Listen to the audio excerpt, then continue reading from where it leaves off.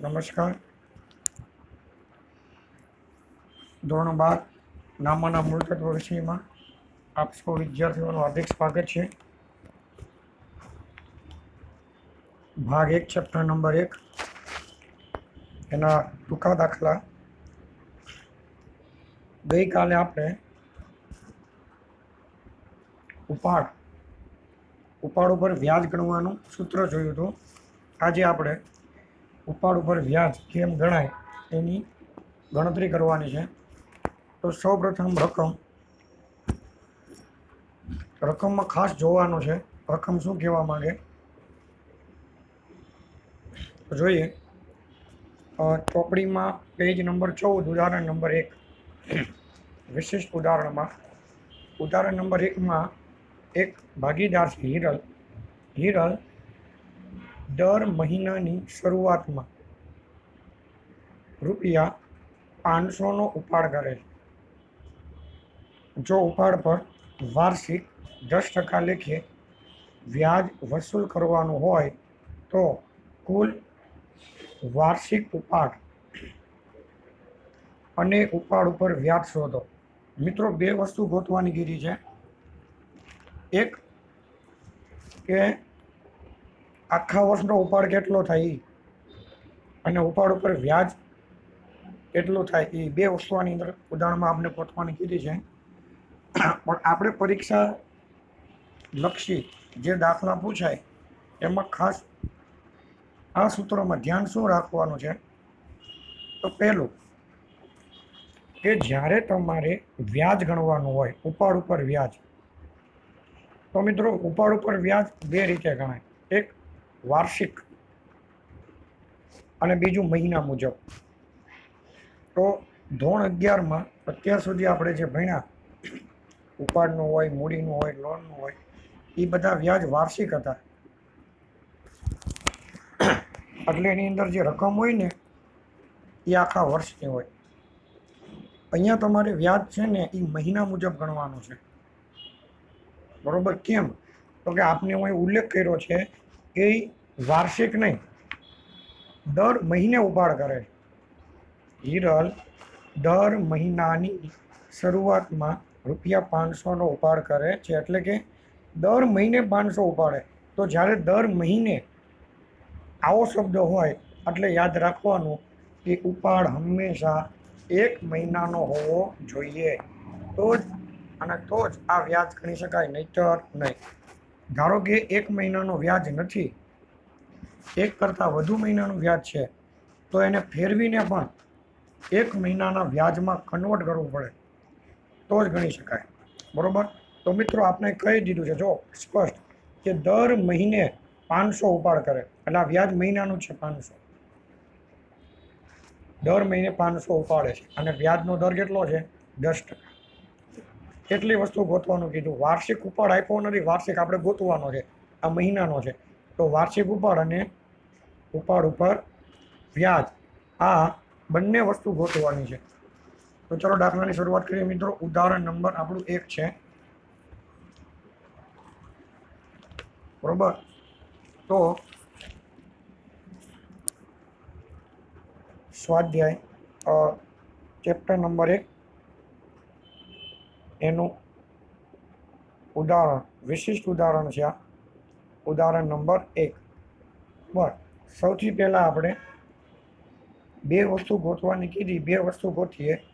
તો મેં તમને કીધું એમ પહેલો નિયમ કે ઉપાડ હંમેશા મહિનાનો હોવો જોઈએ. તો આપણી પાસે 1 મહિનાનો ઉપાડ છે.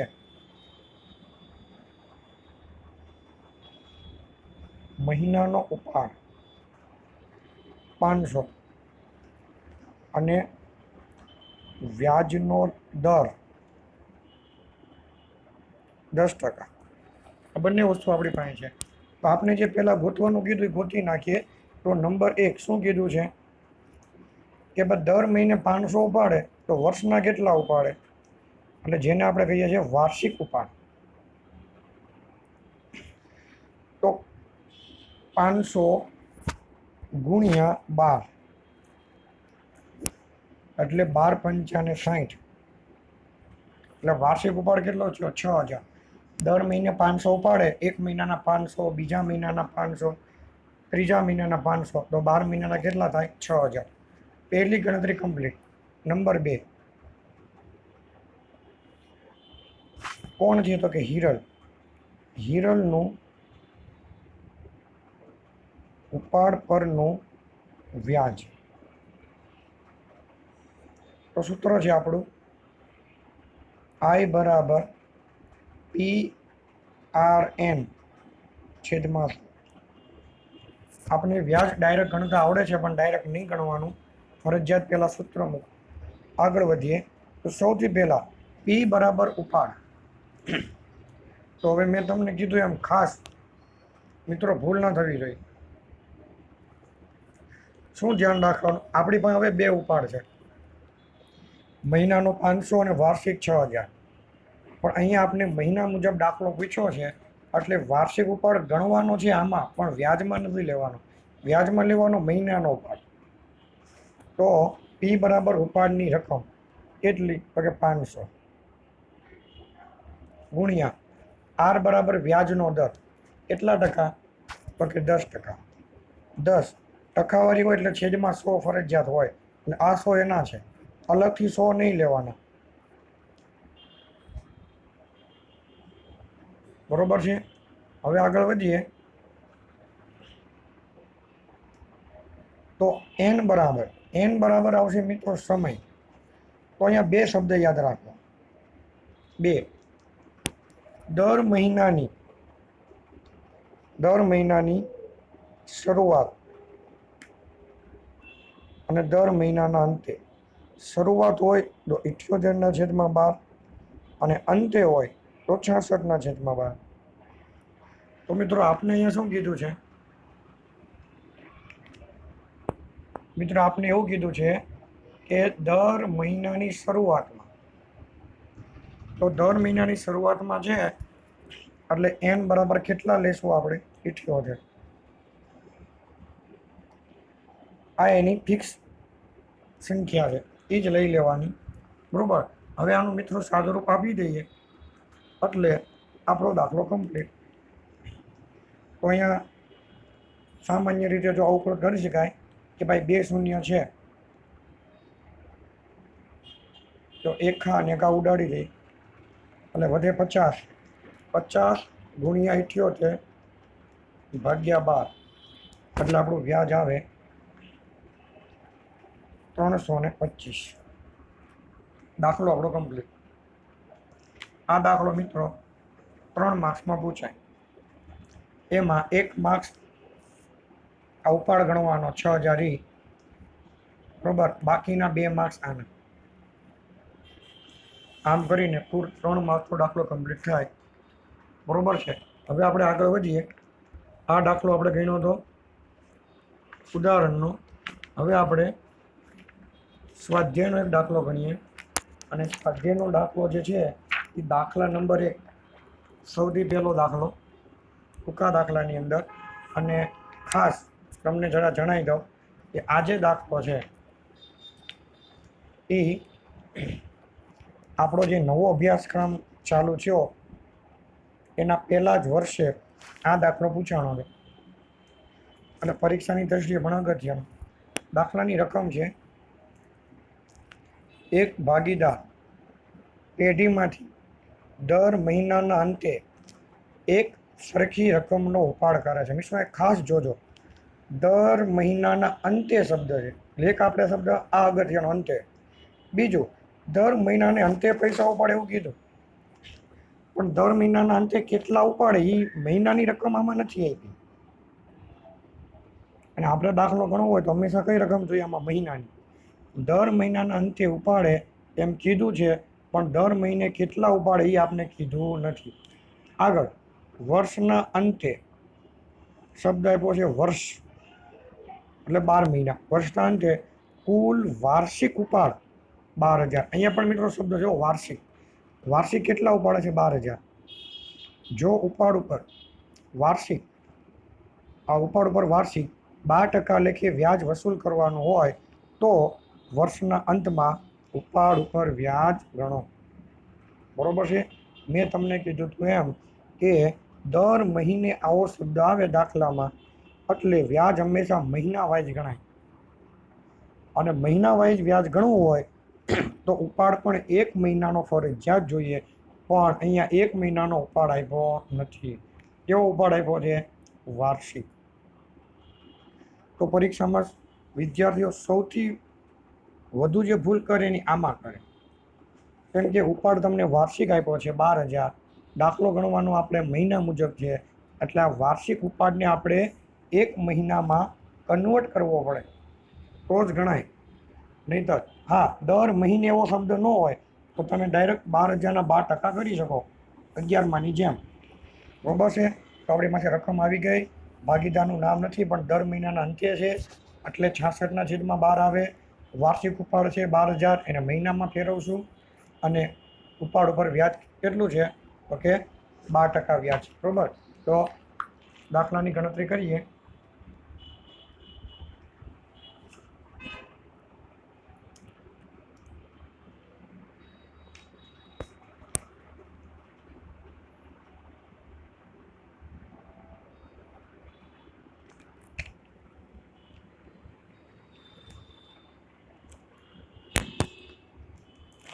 બરોબર મિત્રો? તો આપણો દાખલો છે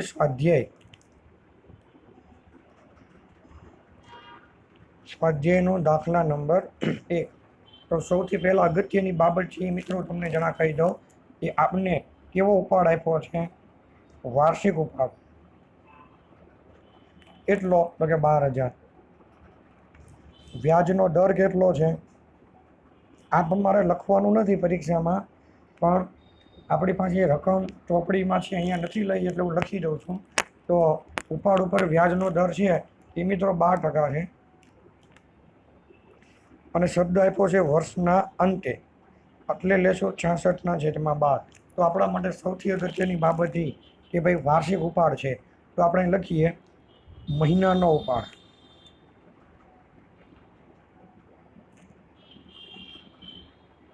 તો મહિનાનો ઉપાડ 12,000 ભાગ્યા 12 એટલે કેટલો આવ્યો? 1,000.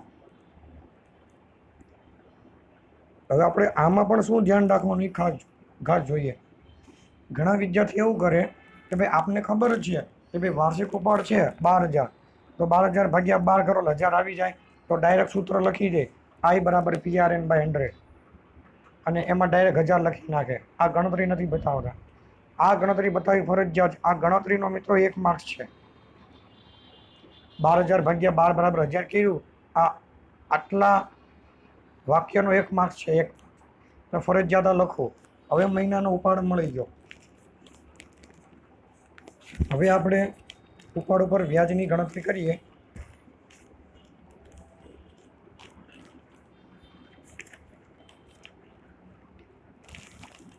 બરોબર છે? તો પેલું ભાગીદારનું નામ આમાં આપેલું નથી, એટલે ડાયરેક્ટ લખીએ આપણે ઉપાડ પર વ્યાજ બરાબર I = PRN/100. P = 1,000 ઉપાડ, 12,000 આપણે મહિનામાં ફેરવા ને. R = 12%, એટલે 12/100.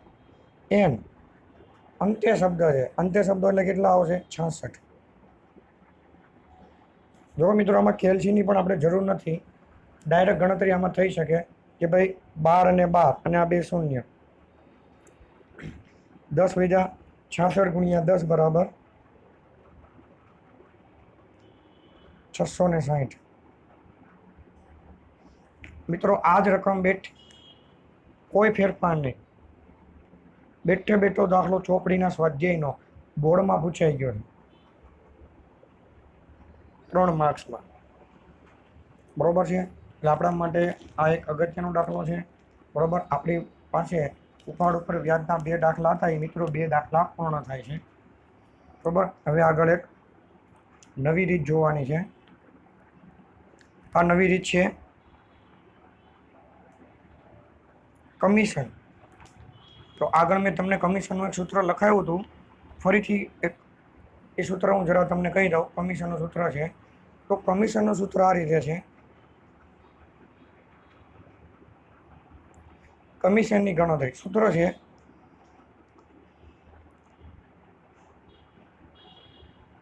કમિશન બરાબર કુલ નફો ગુણ્યા કમિશનનો દર, મતલબ જે આપ્યો હોય 10%, 5%, 15%, એ છેદમાં 100 પ્લસ કમિશનનો દર.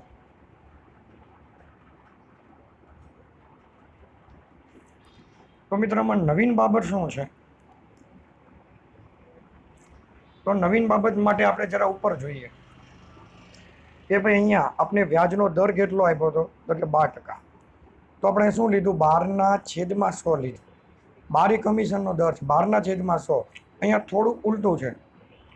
કમિશનનો દર ધારો કે 12% હોય, બરોબર છે? કમિશનનો દર 12% હોય તો આપણે નિયમ ખબર કે ટકાવારી એટલે છેદમાં 100 આવે, પણ અહીંયા 100 પ્લસ કમિશનનો દર, ધારો કે મેં કીધું 12% છે, તો 100 પ્લસ 12 તો છેદમાં લેવાય 112, 100 નહીં. ધારો કે કમિશનનો દર 10%, તો અહીંયા ઉપર 10 છેદમાં 100 પ્લસ 10. તો આવું ક્યારે લેવાનું? જનરલી કોઈ પણ દાખલો હોય, કોઈ પણ ટકાવારી કહે એટલે છેદમાં 100 જ આવે. પણ આ એક જ એવો દાખલો છે, એક જ ગણતરી એવી કે છેદમાં 100 પ્લસ જે દર એ પાછો અહીંયા આવે. તો આવું ક્યારે બને? આની કંઈક ખાસિયત હોય ત્યારે. તો મિત્રો આની એક ખાસ નોંધ છે, એ નોંધ તમારે યાદ રાખવાની. એ આવું જ્યારે ગણવાનું થાય ને તો ખાસ યાદ રાખો કે દાખલાની અંદર મિત્રો તમને કમિશન આવો શબ્દ 2 વાર આપશે, બરોબર છે? કમિશન શબ્દ કેટલી વાર આપશે મિત્રો? 2 વાર. એક આ ગોતવા. બીજું, દાખલાની અંદર છે ને કુલ નફો આવો શબ્દ આપે, ત્યારે તમારે આ લેવાનું. હવે મિત્રો આવા ને આવા દાખલા 2 છે કન્ટિન્યુ, બીજો અને ત્રીજો. આવા દાખલા 2 છે. એક દાખલાની અંદર 100 પ્લસ દર આવશે અને એક દાખલાની અંદર નોર્મલ આની જેમ છેદમાં 100 જ આવે, 100 પ્લસ દર આવે નહીં. તો 100 પ્લસ દર ક્યારે લેવાનો? એક તો કમિશન 2 વાર હોવું જોઈએ, ફરજિયાત કુલ નફો હોવો જોઈએ. બીજું કે આ ક્યારે નહીં લેવાનું દર? તો જ્યારે દાખલામાં કમિશન શબ્દ 2 વાર હોય ભલે, પણ આ જે છે ને કુલ નફો,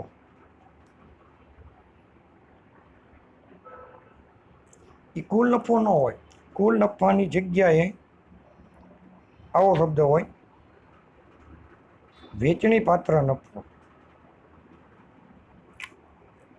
અથવા ભાગીદારનો નફો. મિત્રો ભાગીદારનો નફો એટલે આપણે આગળ દાખલો તો ખબર, ભાગીદારને નફા નુકસાનના પ્રમાણમાં નફો વેચવામાં આવે બધાને અલગ અલગ. તો એ વ્યક્તિને જે મળે એ કહેવાય ભાગીદારનો નફો. જો આ 2 નામ હોય ને તો આ નહીં લેવાનું દર, ખાલી 100 લેવાનું. પણ આ હોય ને તો 100 પ્લસ દર લેવાનું, બરોબર છે? તો હવે આપણી પાસે 3 પ્રકારના નફા આવ્યા. જો કુલ નફો આવ્યો, વેચણી પાત્ર અને ભાગીદાર. એની કથિરિયા અવાજ બંધ કરી દેવો. આર્યન ચૌહાણ, શુભમ ચૌહાણ,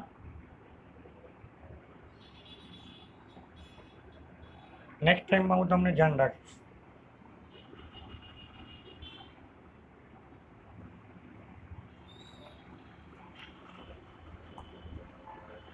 બરોબર. આ કુલ નફો શું છે, વેચણી પાત્ર નફો શું છે અને ભાગીદારને નફો શું, એ તમને ત્રણેયની ખબર પડી જાય એટલે દાખલાની અંદર તમને આ ગોતતા આવડી જાય.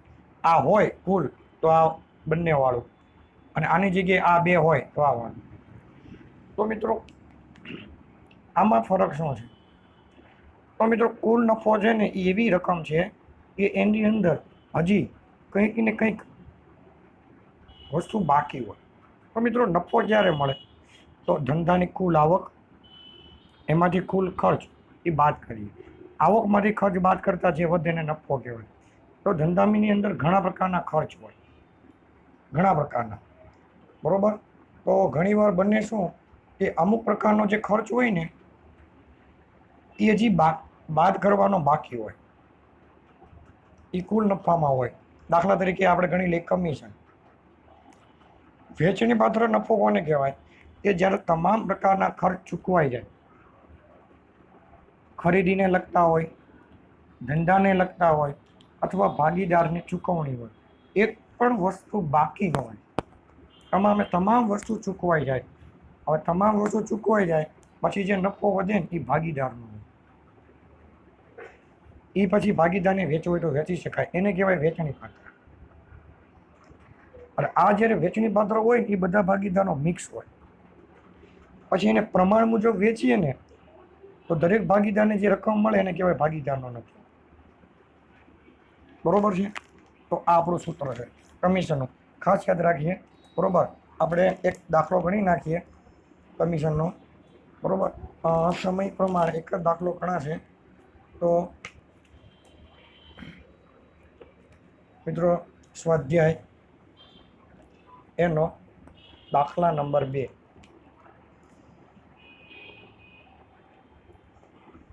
કદાચ વ્યવસ્થિત રકમ નહીં દેખાતી હોય. દેખાય છે? મને નથી દેખાતી, બરોબર, તમને ક્યાં દેખાય? કઈ વાંધો નહીં.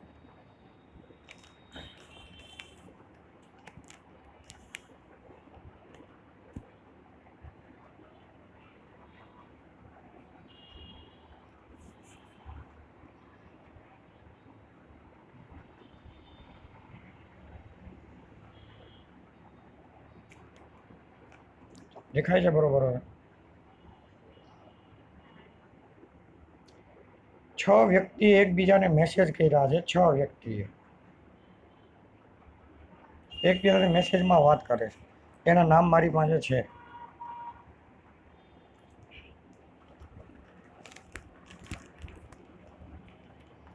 ચાલો, ખાસ અમૃતા અને દિવ્યા એક ભાગીદારી પેઢીના ભાગીદાર છે.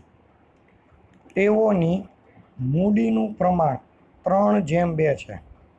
મિત્રો, મેં તમને આગળના દાખલામાં કીધું હતું નફા વેચવાના, અને આ દાખલામાં કહું છું કે આ જે મૂડીનું પ્રમાણ છે ને મિત્રો, એ તમને અટવાળો આપે છે. દાખલામાં ક્યાંય મૂડીના પ્રમાણની જરૂર નથી. આપણે આ બધા દાખલામાં હંમેશા ભાગીદારને નફો વેચવાનો હોય આવા દાખલામાં. એટલે આપણે પ્રમાણ જોઈએ કોનું?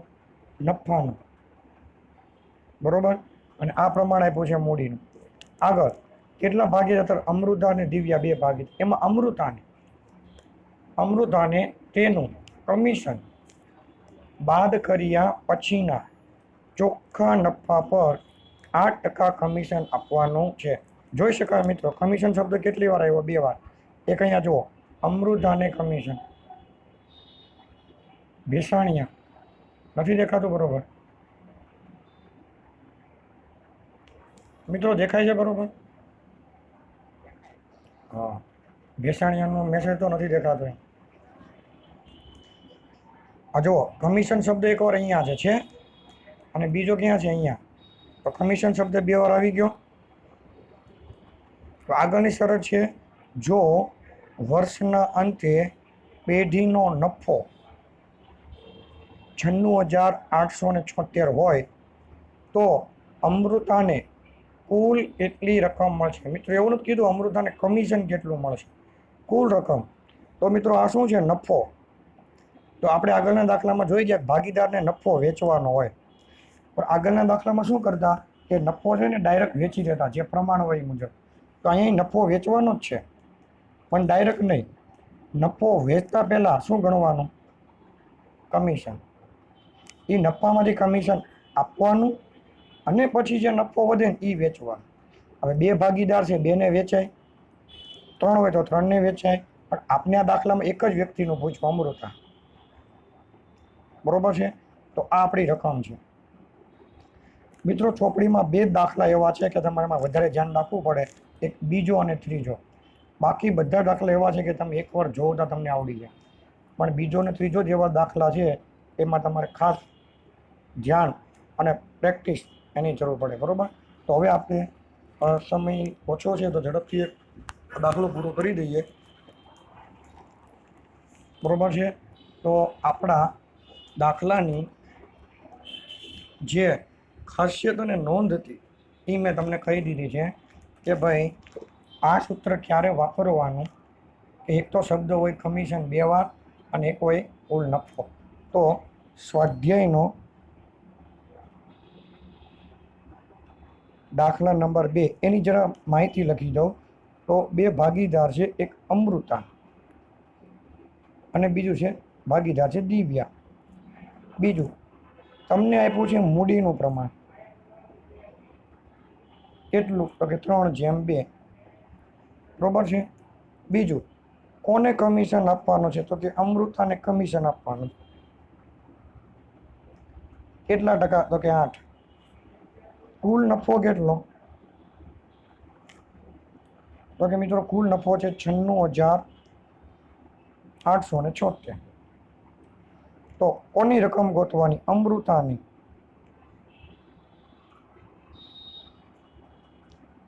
અમૃતાને કુલ રકમ કેટલી મળશે એ આપણે ગોતવાનું છે. બરોબર છે. આ મેં તમને દાખલાની રકમ લખી દીધી. તો સૌથી પહેલા છે ને મિત્રો કમિશન ગણવાનું. તો અહીંયા લખીએ અમૃતાનું કમિશન. સૂત્ર છે અમૃતાનું કમિશન બરાબર કેવો નફો, કુલ નફો ગુણ્યા કમિશનનો દર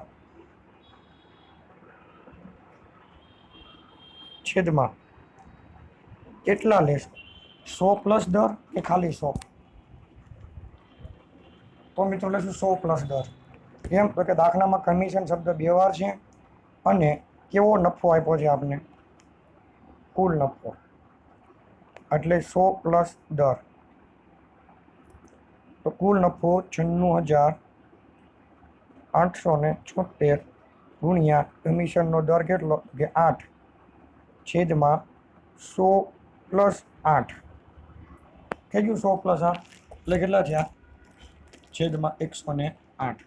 હવે ગણાય આ રીતે 96,876 ગુણ્યા 8 ભાગ્યા 108 એટલે જવાબ આવે 7176. થઈ ગયું. બરોબર છે. હવે આગળ વધીએ. તો આપણી એક ગણતરી પૂરી થઈ, કમિશન. હવે શું કરવાનું છે, ભાગીદારને નફો વેચવાનો છે. આપણે જે આગળ વેચતા ને એ મુજબ. બરોબર, તો હવે પેલા નફો વેચવો હોય ને તો આપણી પાસે આ નફો જોઈએ, આ નહીં. તો આ નફો કઈ રીતે મળશે, તો પેલા આપણે લખીએ કુલ નફો. બરોબર, 96,876. આપણે એટલા માટે આ ન વેચાય કેમ કે એમાં હજી અમૃતાને કમિશન આપવાનું બાકી હતું. હવે કમિશન આવી ગયું, એ આપણે આમાંથી એને ચૂકવી દઈએ કમિશન. કેટલું, તો કે 7176. આનું જ કમિશન ગણ્યું. હવે આપણે બાદ કરી દઈએ. આપણે જે 96,876 હતા એમાંથી 7176 બાદ કરીએ એટલે કેટલા વધ્યા, 82,700. મિત્રો આને કેવો નફો કહેશું, વેચણી પાત્ર. કેમ, તો કે હવે મારે આ નફો ભાગીદારને વેચવો હોય તો વેચાય, આ નફો ન વેચાય કેમ કે હજી આમાં કમિશન બાકી હતું. હવે મારે આને વેચવો હોય 89,700 તો વેચાય. કેમ, તો કે તમામ વસ્તુ ચૂકવાઈ ગઈ, એ કમિશન બાકી રહી ચૂક્યું. હવે આને વેચવું હોય તો વેચાય, એટલે આને કહેવાય વેચણી પાત્ર નફો. હવે મારે બેયને વેચવાનું, કોને, અમૃતા અને દિવ્યાને. પણ આપણા દાખલામાં દિવ્યા નથી માંગ્યું કે ભાઈ એને કેટલા રૂપિયા મળશે, અમૃતાને માંગ્યું છે. બરોબર છે. તો હવે ખાસ એક વસ્તુ તમારે ધ્યાનમાં લેવાની છે, જ્યારે હું તમને ઝડપથી કહી દઉં. હવે જો આ કેટલા આવ્યા, તો કે 96,876 અને આ કેટલા આવ્યા? તો કે 89,700. તો મેં તમને હમણાં શું કીધું કે કયો નફો હોય કુલ, તો કેટલા લેવાના? 100 પ્લસ દર. કયો હોય? વેચણી પાત્ર. તો ખાલી કેમ લેવાના 100? કેમ આવું? તો એને આપણે જરા સમજી લઈએ. તો મિત્રો આ જે રકમ છે ને એ રકમ 100% છે. કમિશન છે ને 8% છે. અને આ છે ને આ રકમ એમાં 89,700 પણ ઉમેરેલા છે. અને આની અંદર કમિશન છે 71,76. બરોબર. તો બેનો સરવાળો કેટલો થાય? 96,876 પ્લસ. એટલે કે આ 89,700 એ 100% રકમ છે, કમિશન 8% રકમ છે. એટલે કુલ કેટલી રકમ થઈ? 108% રકમ છે. એટલે આપણે હંમેશા છેદમાં શું લઈએ? 100 પ્લસ 10. ધારો કે તમને આ નફો આપ્યો હોય વેચણી પાત્ર, તો એમાં તો આ રકમ ઉમેરેલી જ નથી, છે આમાં ઉમેરેલી. આ રકમ કે 100%. તો મિત્રો આ જે છે ને આ બે રીતે ગણી શકાય. કુલ નફો હોય તોય ગણી શકાય, અને ભલે કુલ નફો નથી, આ નફો હોય તોય ગણી શકાય. પણ બે નફા અલગ, તો બે ગણવાની રીત અલગ. આ હોય તો અહીંયા હવે 100 પ્લસ દર.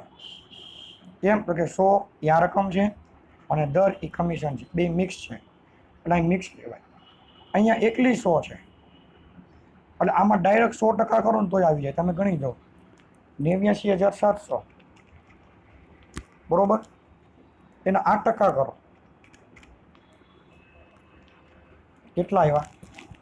71,76. તો કેમ એના ડાયરેક્ટ 8%? 108% કેમ નહીં? 89,700 ગુણ્યા 8 છેદમાં 100 લીધા. કેમ? તો કે એની અંદર આ રકમ ઉમેરેલી નથી. આમાં ઉમેરેલી છે 100 પ્લસ કમિશન ભેગું છે, જ્યારે આમાં માત્ર નફો છે, કમિશન છે નહીં. બરોબર. એટલે ખાસ યાદ રાખજો, એ વેચણી પાત્ર હોય તો ડાયરેક્ટ છેદમાં 100 લેવાના.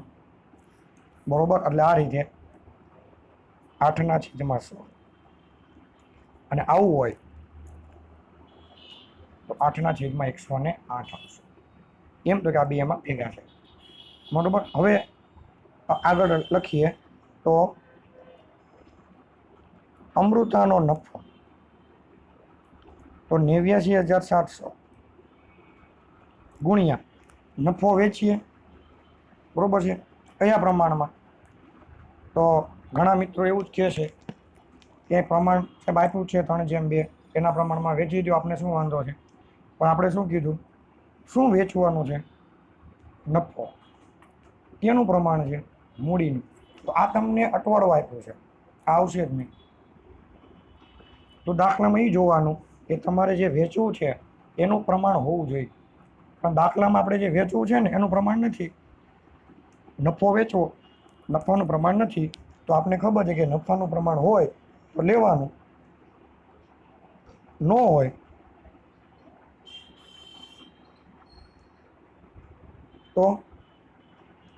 તો સરખા હિસ્સે લઈ લેવાનું. બે ભાગીદાર છે તો બેને કેટલું આવે? 1/1. બરોબર. બેને સરખું થઈ ગયું. તો અહીં નફો વેચી દઈએ. 89,700 ગુણ્યા 1/2. બરોબર છે. 89,700 ગુણ્યા 1/2. એટલે એને કેટલો નફો મળશે? તો કે 44,850. હવે જોઈએ તો અમૃતાને કુલ રકમ કેટલી મળે? તો મિત્રો દરેક ભાગીદારને નફો તો મળે જ, પણ અમુક ભાગીદાર જો ધંધામાં સંચાલન કરતો હોય અથવા કંઈ કામ કરતો હોય તો એને પગાર, કમિશન, બોનસ એક્સ્ટ્રા આપવામાં આવે. તો અમૃતાને નફો તો મળ્યો 44,850 પ્લસ અમૃતાને કમિશન મળ્યું કેટલું? 71,76. તો કુલ રકમ કેટલી થઈ? તો 52,026 એટલે 52,026 રૂપિયા. દાખલો કમ્પ્લીટ. થોડુંક મિત્રો દાખલામાં વધારે ધ્યાન આપવું પડે એમ છે. બરોબર, આપણો દાખલો પૂર્ણ થાય છે.